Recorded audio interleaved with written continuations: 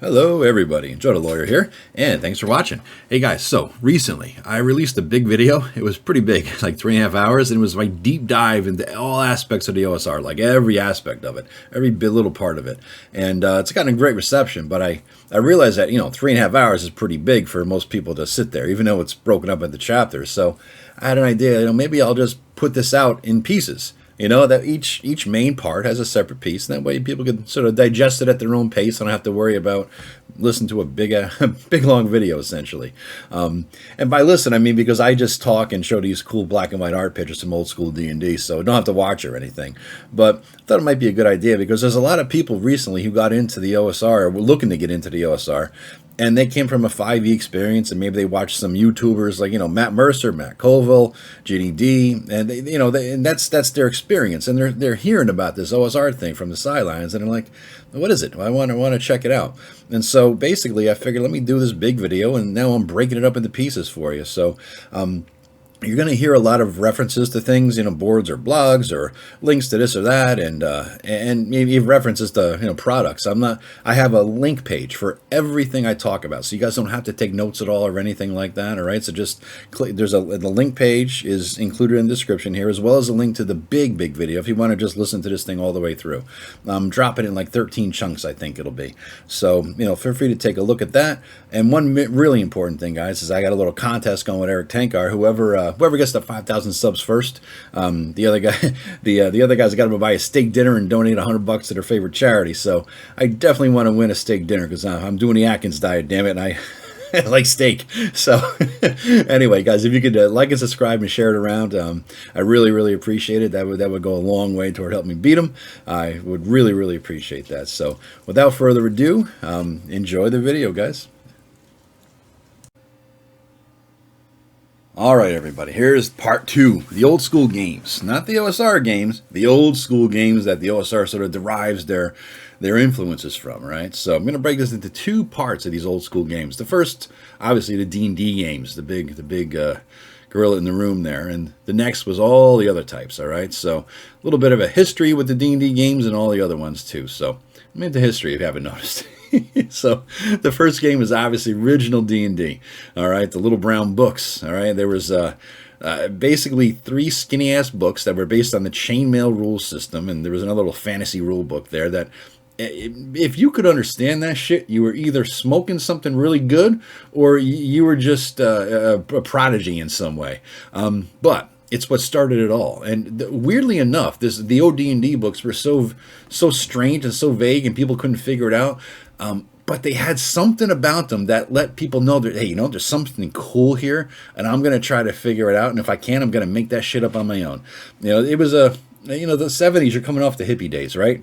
It was more freewheeling, more experimental, 74. So it was a different time. They had a different headspace. They had a different mentality than people do today. There was no organized play dates, for example. There was no rules about everything like there are today. It was a whole different time, a whole more free-spirited thing. And I think that the rules in OD&D lent itself to that free-spirited thinking because there's so many people. Like you talk about Raymond Feist. He wrote those the Rift War books back in the day. I met with the dude, a really cool fucking guy, by the way. He wrote the Rift War books, and he talked about his original game based on OD&D, and I think he was like, they're just indecipherable rules, so they just made shit up to fit in. And everybody had to house rule it because, you had to make the game your own, literally. Make it the way you wanted. It was the structure was there that you can get something out of it, and then you just made that shit your own, right? And so that was OD&D. Now, like I said, guys, I'm giving you links for all these different things over at Drive-Thru. You can buy all these books. For some of them, I'm only going to give it a link for the first book, like the Player's Manual for Beckme and all that. But you could buy all these books over there. So just click on the web page. Now it's from Wizards of the Coast, and you're funding Wizards of the Coast. So if you hate Wizards of the Coast, you may want to investigate other ways to acquire the PDFs, or maybe buy them used or something like that. Right? I'm not saying steal, but I'm just saying. All right. Anyway. So the next book that came out was the Holmes D&D.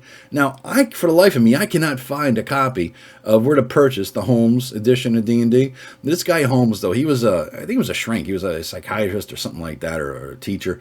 He was a smart dude, and he approached Gary and said, hey, you know what? I want to write this in a way that I can understand, maybe help as a teaching method or something like that.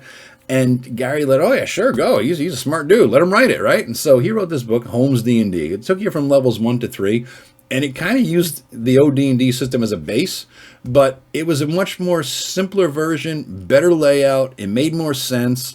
You could sort of track it. And a lot of old school guys, not too many people can really honestly claim they started with OD&D, but many, many, many guys can say they started with Holmes, all right? There wasn't too many, published versions of OD&D, the original box set. So anybody who tells you OD&D, look at it, but take it with a grain of salt. Give them the hairy eyeball and just say, yeah, okay, maybe, right? That means you were what, 2.5 men, baby? Yeah, right. So anyway, the Holmes D&D though, that started a lot of folks who were in the old school scene off on D&D, and it was a much simpler version. Like for example, everybody got 6 hit points per level when they leveled up, D6, and every weapon did a D6 damage, no matter great sword or a little dagger, D6 damage. That's the kind of level we're talking about.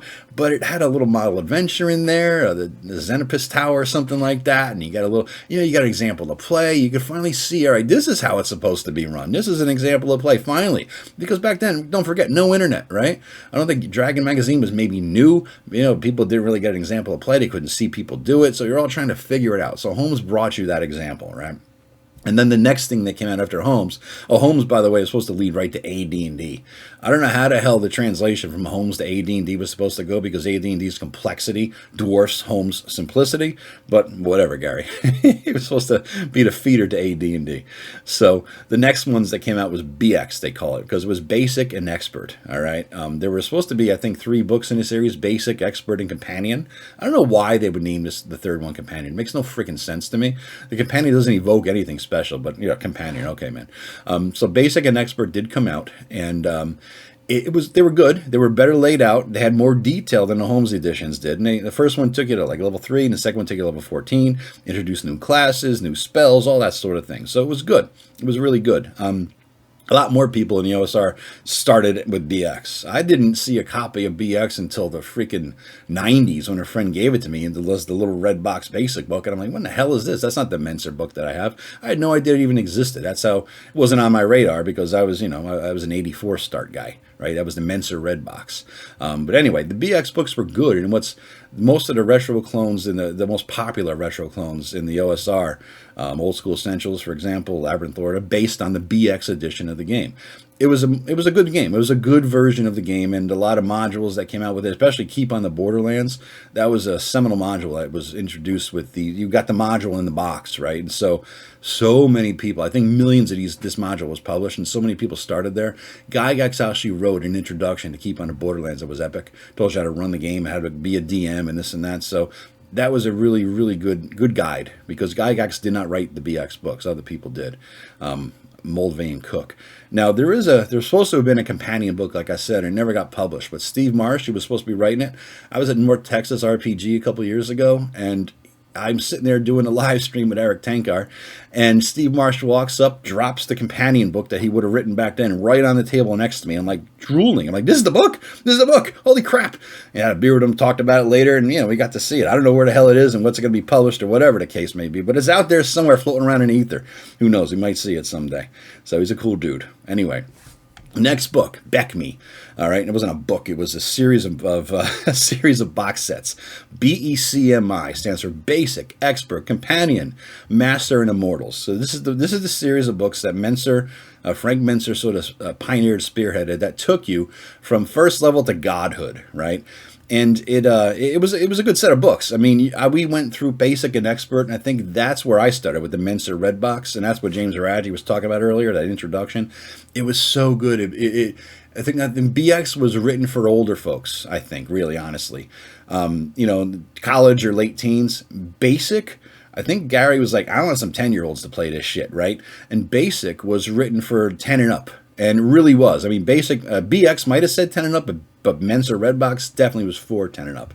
It was such a good story. It was such a good book at the beginning that you're trying out. It was you get to roll the dice and play and save Lena and all this stuff. And Bargle kills you. It tries to kill you, and you might die in it. It was riveting, And a part of it was if you do this, go to page 30, go to number 32. And if you do this, it was like a follow along game, by the numbers. It was really neat. And then you get into the game. Excellent book, and all the Beckme rules were sort of capstoned by what's called the Rules Cyclopedia. It's a hardcover book that came out that sort of got all the rules together from all the Beckme books, put it in one place. All right, they took away a lot of the fluff, the description, and all that stuff. It was mainly a rules tome, but it was nicely laid out. And really, you didn't need the Beckme stuff. You could just look up in the Rules Cyclopedia. Everything was in there, plus some, I think. So that was pretty cool. Now, while BX and Beckme were going on, there was another train of books, another series called Advanced Dungeons and Dragons, right?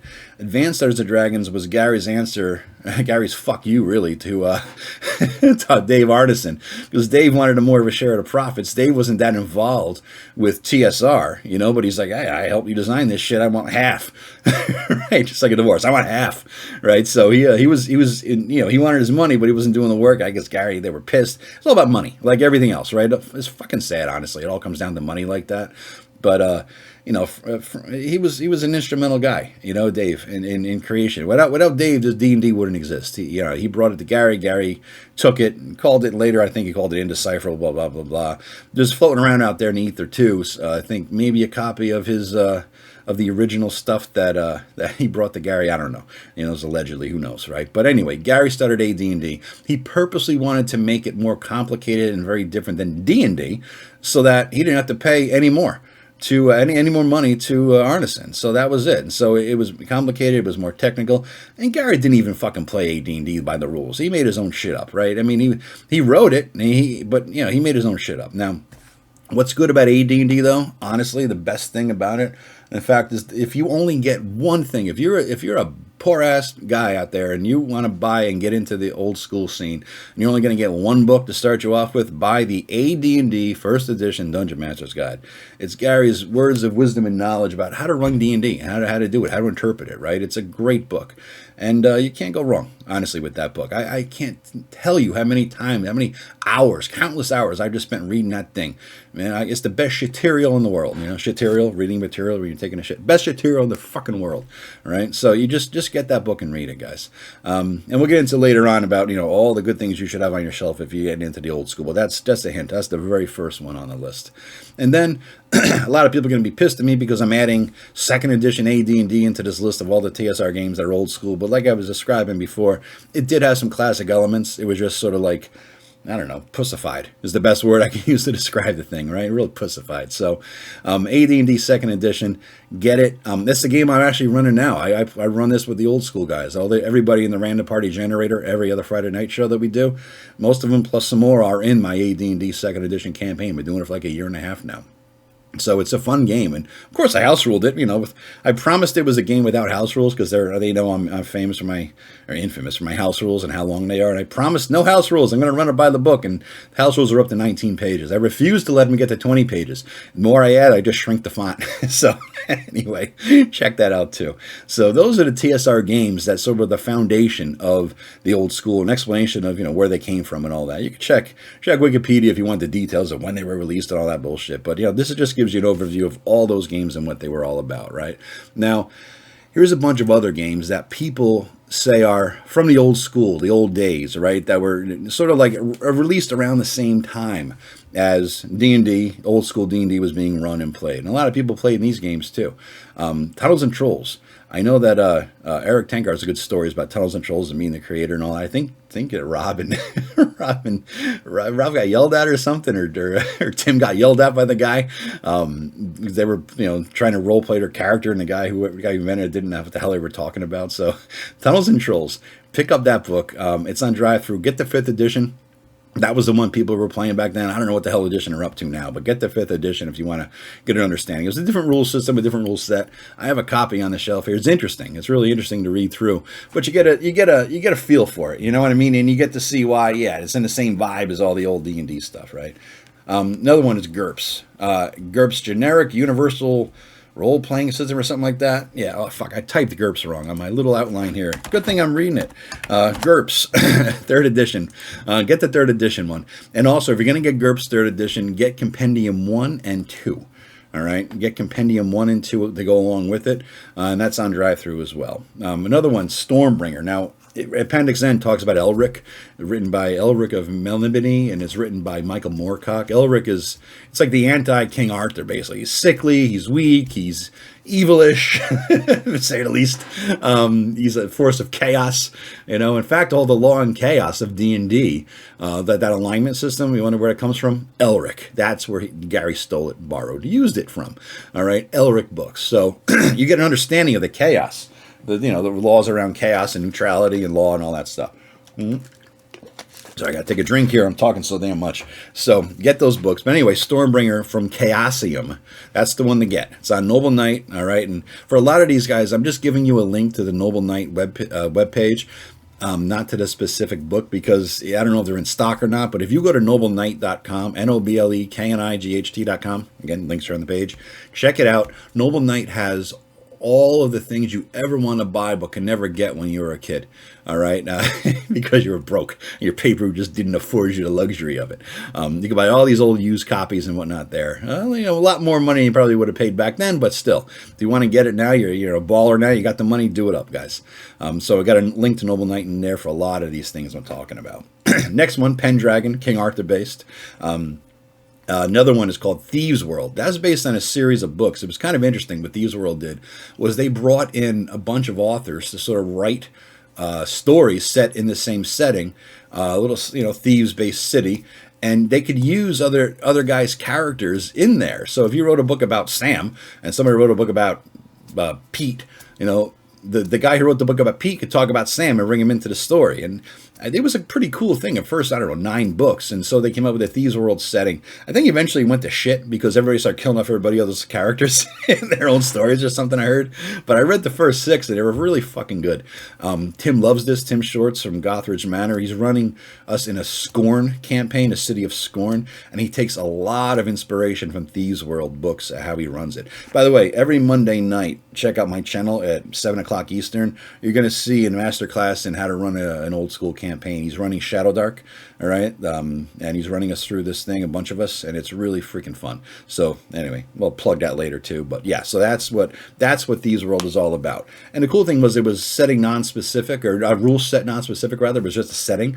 And then later on they came out with, okay, if we're running Shadowdark at AD&D, here's the stats for the barber. If running it in in GURPS, here's the stats for the barber for GURPS, that sort of thing, right? So.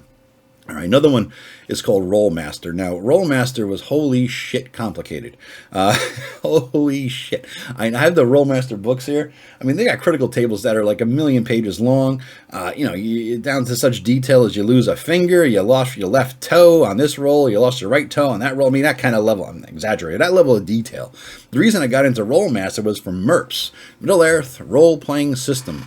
It was based in It was based in the Rollmaster system, but it was how to play, Middle-earth, how to play in the world of Middle-earth.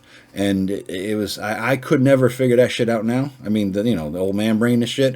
But back then, it was fun yet complicated then, even like age 16. But for my money, the MERPS Middle-earth stuff is some of the best you're ever going to find out there. Unfortunately, you can't buy it anymore anywhere as it may be used. There might be PDFs floating around, just saying. But, check it out if you want some really good resource material for any Middle-earth game you're ever going to play. The next one, a really big one, guys, a Warhammer Fantasy RPG. You guys all know about the Warhammer system. It's basically based on, a fantasy war, outer space, miniature game on the tabletops, right? But somebody decided, let's do a fantasy role-playing game based in that universe. And so they came out with a Warhammer Fantasy role-playing game. Second edition is the best edition if you're going to play that. And there was an adventure module series. It was one of the earlier ones. I don't know if they took inspiration from Dragonlance, but there were 6 adventures in it called The Enemy Within. It's widely considered one of the best old school adventure series ever. You could grab it, adapt it for your game or anything like that. Look for The Enemy Within. I believe there were 6 of them. There's been various iterations of it that were put out over the years. I'm not sure which one is the best, but Carl Sargent wrote at least one of the books in that series, and he's, for my money, the best RPG supplement writer I've ever come across. He and I are simpatico brain-wise in terms of how we view how things should run. All right, so pick that up, the Enemy Within series. Next is Tekkamul, the Empire of the Petal Throne stuff. It's set in Tekkamul, the world of Tekkamul. M.A.R. Barker was the guy's name, and he created a whole fantasy setting, essentially. It was pretty fucking cool. And Gygax got word of it, and he ended up publishing it, I think, back in the day. It's a different kind of a setting to adventure in. It was really, really neat. And I think that Ray Feist actually based, unconsciously, I think, some of his stuff on Tekkamul, because his DM was running things in his game that Feist based his later fiction on Tekkamul, but Feist didn't realize that the guy was using Tekkamul as a basis for the game they were running. So Feist grabbed a lot of Tekkamul crap, put her into his stories, and is like, wait, that was Tekkamul? I didn't know. So that sort of thing, right? Then he got a couple of things, another one called Palladium. I have it on the shelf. I got it, honestly, I got it because it was something I always wanted to get because it was advertised in the old Dragon magazine, but I never actually played it or really took a deep dive into it. Another game is Arduin. Somebody recently gifted me with that. It's a big role-playing system and setting and everything. Different and interesting. It's worth a dive into to understand it. They have a different approach to doing a lot of things. And last is RuneQuest, of which they based ElfQuest on too. So check that out as well, guys. So anyway, that's a deep dive into all of the games back in the day that we would consider old school games, okay?